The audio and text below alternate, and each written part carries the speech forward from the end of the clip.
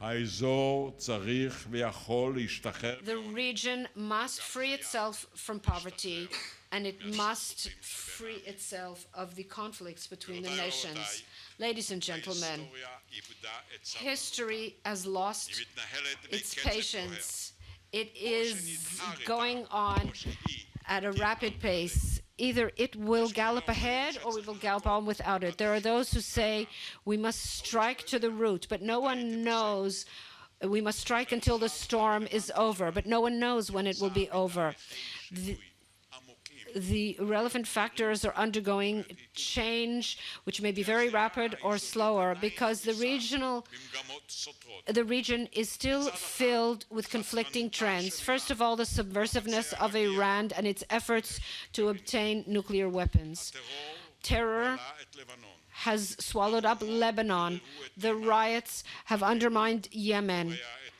Division is tearing up Sudan. There is revolution in Tunisia, riots in Egypt. Let us not assume that only conservatism and fundamentalism can triumph. The events of the recent period raise the need to free our agenda of the Israeli-Palestinian conflict as soon as possible, because the conflict is exploited by all sides, both by the Arab side and by us. Israel must maintain its strength in the face of all enemies that rise up against it. But at the same time, it must stretch out its hand in peace to all those who are willing to conciliate with it. The peace process is limping slowly because of the suspicions on both sides. But we have seen in the past that the Palestinians were open, that a rightist government in Israel we believe that a rightist government, or they believed that a rightist government would never agree to the two-state solution. They were wrong.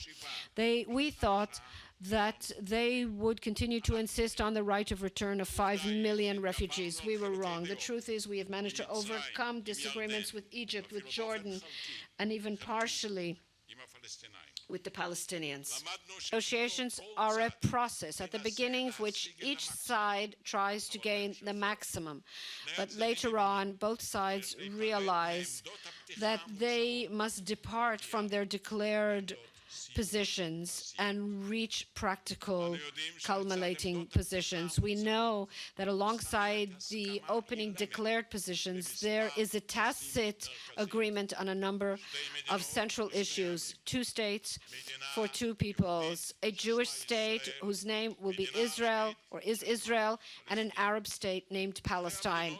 The 2 states will live securely alongside one another in good neighborly relations and will fight against terror. And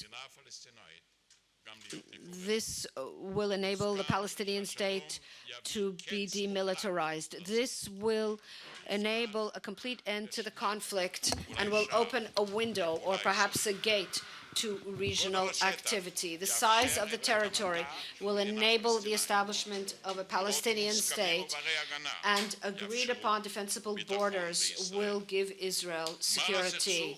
The end of the conflict will enable a regional and global economy. The Palestinians will be able to benefit from a growing global economy, and Israel will benefit from relations that cross borders, as is the practice in our time.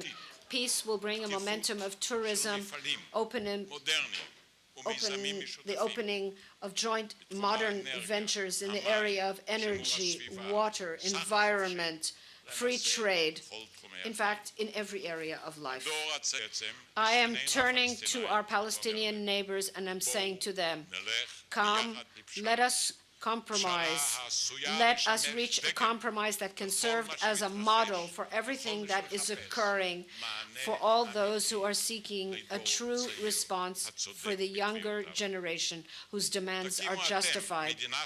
Establish for yourselves a Palestinian state, but let it be a democratic state based on science and technology, And in Israel, we have learned that there is no contradiction between science and religion.